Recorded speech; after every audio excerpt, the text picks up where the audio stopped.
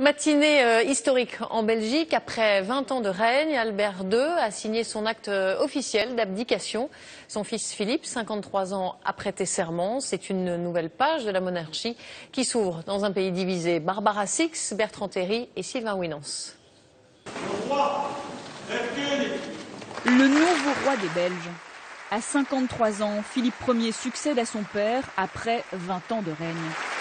Je jure d'observer la Constitution et les lois du peuple belge. Et déjà un premier discours pour le garant de l'unité du pays. J'entame mon règne avec la volonté de me mettre au service de tous les Belges.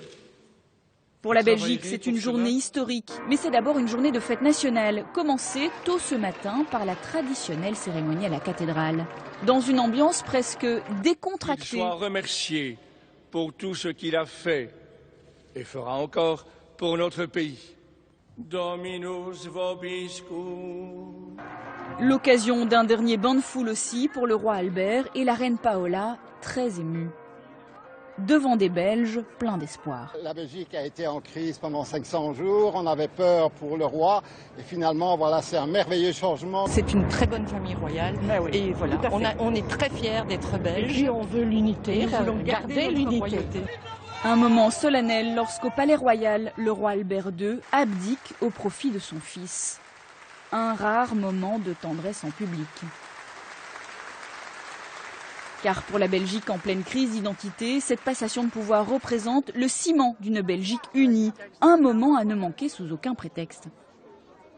C'est plus rare que l'élection d'un président, donc on le fait une bonne fin, quoi. Il faut sortir son attirail, montrer qu'on est belge, être fier et arborer ses couleurs, ça nous fait vivre pendant toute l'année après. La Belgique, pour moi, la Belgique, c'est un pays. Avec Wallon et Flamand. Nous sommes wallonnes, vive la Belgique. Oui, voilà. Tous ensemble. Tous ensemble pour fêter l'événement comme il se doit. Et en direct de Bruxelles, on retrouve notre correspondant François Baudonnet. Bonjour. Alors le nouveau souverain et son épouse Mathilde viennent d'apparaître il y a tout juste quelques instants au balcon. Oui, absolument, et c'est un moment important. Je dirais que c'est le point d'orgue de cette journée qui vient de se produire ici derrière moi, au balcon du Palais Royal du centre de Bruxelles. Pourquoi ? Eh bien parce que c'est la première fois que le 7e roi des Belges s'est présenté comme ça à son peuple. Il est arrivé d'abord avec la reine Mathilde, ensuite il a été rejoint par le roi, celui qui n'est plus roi, Albert II, et Paola. Et puis à la fin, toute la famille royale était là, sous les acclamations de la foule. Il y a ici des dizaines de milliers de personnes qui sont venues vivre cet instant historique. Et je dirais que l'ambiance est ici aux festivités. On le sait, ce pays est divisé, mais là, ces divisions sont mises entre parenthèses. Il y a une unité derrière la famille royale et ces festivités vont durer jusqu'à ce soir. Merci François, en direct de Bruxelles.